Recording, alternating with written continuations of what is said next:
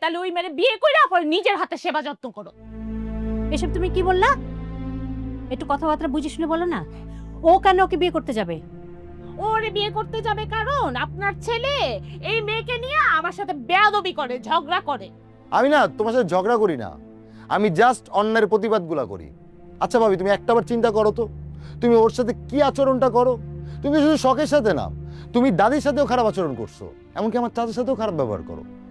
মানে তোর সমস্যাটা কি? মানে তুমি এমন করো কেন? তুমি আমাদের ফ্যামিলিতে টাকা দাও, সংসারে টাকা দেওয়ার জন্য? আলে তুই ভিতরে যা বাবা। না মা, আজকে ভাবিরে যদি কিছু কথা না বলি না, আমার না ভিতরে শান্তি লাগবে না। কি বলবা তুমি? হ্যাঁ কি বলবা? কি মনে করছো আমি কিছু বুঝি না? কি বুঝো তুমি? হ্যাঁ, তুমি আমার সাথে খারাপ ব্যবহার করতেছো, ঝগড়া করতেছো এই মেয়েকে বিয়ে করার জন্য, তাই না? প্রয়োজনে আমি শখে বিয়ে করব।